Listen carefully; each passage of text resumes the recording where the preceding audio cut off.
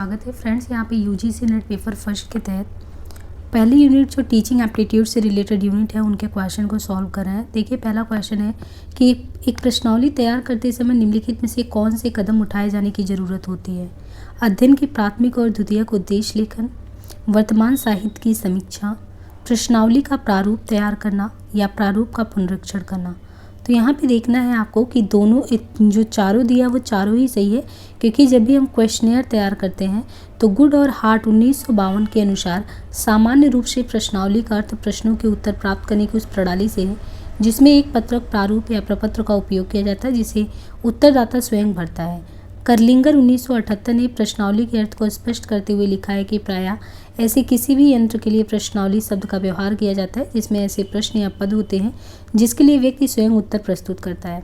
यद्यपि प्रश्नावली और अनुसूची दोनों पदों का उपयोग एक दूसरे के स्थान पर किया जाता है, फिर भी प्रश्नावली का संबंध अधिकांशतः एक स्वप्रकाशित यंत्र से रहता है जिसमें बंद या निश्चित विकल्प वाले प्रश्न ही रहते हैं। प्रश्नावलियों का उपयोग जो है ये प्रदत्त संकलन या सूचना संकलन के लिए किया जाता है। प्रश्नावलियों का उपयोग निरीक्षण विधि और साक्षात विधि के साथ पूरक विधि के रूप में भी किया जाता है। प्रश्नावलियों का उपयोग सामाजिक व्यवहार और व्यक्तिगत व्यवहार से संबंधित समस्याओं के अध्ययन में भी किया जाता है। इसके अलावा प्रश्नावली का उपयोग मतों, अभिवृत्तियों और रुचियों के अध्ययन में भी किया जाता है। उपलब्धि परीक्षण प्रायः निम्न में से किसके लिए प्रयुक्त किए जाते हैं। तो ये है शिक्षण के बाद सीखने की जो मात्रा है उस मात्रा के मूल्यांकन के लिए जो है क्या करते हैं, उपलब्धि परीक्षण का उपयोग करते हैं। यह आंकना कि विद्यार्थी में किसी भी गहराई में या किसी भी इकाई में सफलता प्राप्त करने संबंधी जरूरी पूर्वीपेक्षी कौशल मौजूद है या नहीं, या फिर ये जानना कि क्या योजनाबद्ध शिक्षण के उद्देश्य प्राप्त कर लिए गए हैं या नहीं। विद्यार्थियों के अधिगम को मॉनिटर करना और अध्यापन अधिगम प्रक्रिया के दूर विद्यार्थियों और शिक्षकों दोनों के लिए निरंतर फीडबैक उपलब्ध कराना। इसके अलावा विद्यार्थियों की अधिगम संबंधी कठिनाइयों का पता लगाना, चाहे वे अस्थायी हो अथवा आवर्ती हो, या ग्रेड देना। सतत एवं व्यापक मूल्यांकन की विशेषताएं क्या क्या है। सतत एवं व्यापक मूल्यांकन की विशेषताएं इनमें से क्या है। तो यहाँ पे देखिए 2, 3 और 4 ये सही होगा। सतत एवं व्यापक मूल्यांकन। सतत एवं व्यापक मूल्यांकन विद्यालय में मूल्यांकन के तहत छात्रों के व्यक्तित्व के विकास संबंधी लगभग सभी क्षेत्रों को शामिल किया जाता है। इसमें शैक्षिक और गैर शैक्षिक दोनों क्षेत्रों को शामिल किया जाना चाहिए, अर्थात इसे अधिक व्यापक होना चाहिए। मूल्यांकन एक सतत प्रक्रिया है और छात्रों की क्षमता और उनकी कमियों को बार बार बताता है ताकि उन्हें अपने आप को समझने और सुधारने का बेहतर अवसर मिलता रहे। यह शिक्षकों को भी प्रतिपुष्टि उपलब्ध कराता है ताकि वे अपनी शिक्षण संबंधी कार्यनीतियों में सुधार कर सकें। निम्नलिखित में से कौन सा कथन बहुविकल्प प्रकार के प्रश्नों के संदर्भ में सही है। वे निबंध वाले प्रश्नों की तुलना में कम वस्तुनिष्ठ होते हैं। वे लघु उत्तर वाले प्रश्नों की तुलना में अधिक व्यक्तिनिष्ठ होते हैं। वे सही गलत वाले प्रश्नों की तुलना में अधिक व्यक्तिनिष्ठ होते हैं। वे सही गलत वाले प्रश्नों की तुलना में अधिक वस्तुनिष्ठ होते हैं। तो यहाँ पे देखिए बहुविकल्पी प्रकार के प्रश्न सही गलत वाले प्रश्नों की तुलना में अधिक वस्तुनिष्ठ होते हैं।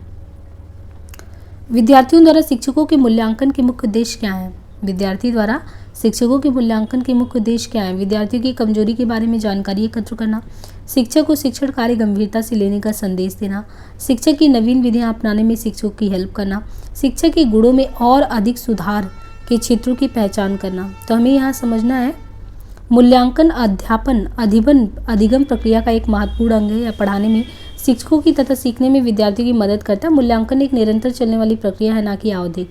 विद्यार्थियों द्वारा शिक्षकों के मूल्यांकन का मुख्य उद्देश्य दिए गए प्रश्नों में बी का जो है ऑप्शन यहाँ पे दिया हुआ है कि कौन सा सही है। मदों में देखें रचनात्मक मूल्यांकन, संकल्पनात्मक मूल्यांकन, सतत और व्यापक मूल्यांकन, मान और निकट संदर्भित परीक्षण। तो यहाँ पे देखिए क्रमशः रचनात्मक मूल्यांकन प्रश्नोत्तरी और चर्चा से संबंधित, संकलनात्मक ये अंतिम अधिगम परिणामों की श्रेणीकरण, सतत और व्यापक मूल्यांकन ये नियमितता के साथ संज्ञानात्मक पहलुओं का मूल्यांकन, मानक और निकट संदर्भित जो मूल्यांकन होता है वो किसी समूह और कुछ संदर्भित मूल्यांकन मानदंडों के आधार पर परीक्षण और उनकी व्याख्या करता है। यहाँ पे दिया कि निर्माणात्मक मूल्यांकन अधिगम को त्वरित बनाता है। दूसरा कह रहा है कि संकल्पनात्मक मूल्यांकन की तुलना में निर्माणात्मक मूल्यांकन अधिक विश्वसनीय है। हमें दोनों में से सही समझना है कि कौन सा इसमें ऑप्शन सही होगा। तो निर्माणात्मक मूल्यांकन विकास उन्मुखी होता है, निर्णयात्मक नहीं। इसका प्रयोजन विद्यार्थियों के अधिगम और अध्यापन को सुधारना होता है, अतः इसका मुख्य कार्य शिक्षक एवं विद्यार्थियों को जानकारी देना है जिससे वे अपनी कमजोरियों और जो मजबूती उनको जानकर अध्यापन अधिगम प्रक्रिया में सुधार कर पाएँ। इस प्रकार यह अधिगम यानी सीखने की गति को त्वरित बनाता है, जबकि संकल्पनात्मक मूल्यांकन का उद्देश्य ये मालूम करना होता है कि एक विशेष अवधि पूर्ण होने पर शैक्षिक उद्देश्यों को किस मात्रा में प्राप्त कर लिया गया है। इसका प्रयोग आमतौर पर एक छात्र की अन्य छात्रों के समक्ष तुलना करने के लिए होता है। इस प्रकार दोनों ही मूल्यांकनों के उद्देश्य अलग अलग हैं, दोनों ही समान रूप से विश्वसनीय हैं। नीचे दी गई मूल्यांकन प्रक्रियाओं में से उसकी पहचान करनी है जिसको निर्माणात्मक मूल्यांकन कहा जाता है। नीचे दिए गए कूट से सही उत्तर का चयन करना है। शिक्षक पाठ्यक्रम का कार्य पूरा करने के बाद छात्रों को ग्रेड देता है। शिक्षक कक्षा में छात्रों के साथ अंतःक्रिया के दौरान सुधारात्मक प्रतिपुष्टि प्रदान करता है। शिक्षक इकाई परीक्षण में छात्रों को अंक देता है। शिक्षक कक्षा में ही छात्रों के संदेह को स्पष्ट करता है।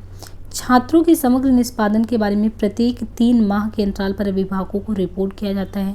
शिक्षक प्रश्नोत्तर सत्र के माध्यम से अधिगमकर्ता की अभिप्रेरणा में वृद्धि करता है। तो यहाँ पे हमें देखना है कि आकलन के 2 प्रकार हैं, एक तो निर्माणात्मक मूल्यांकन, दूसरा योगात्मक।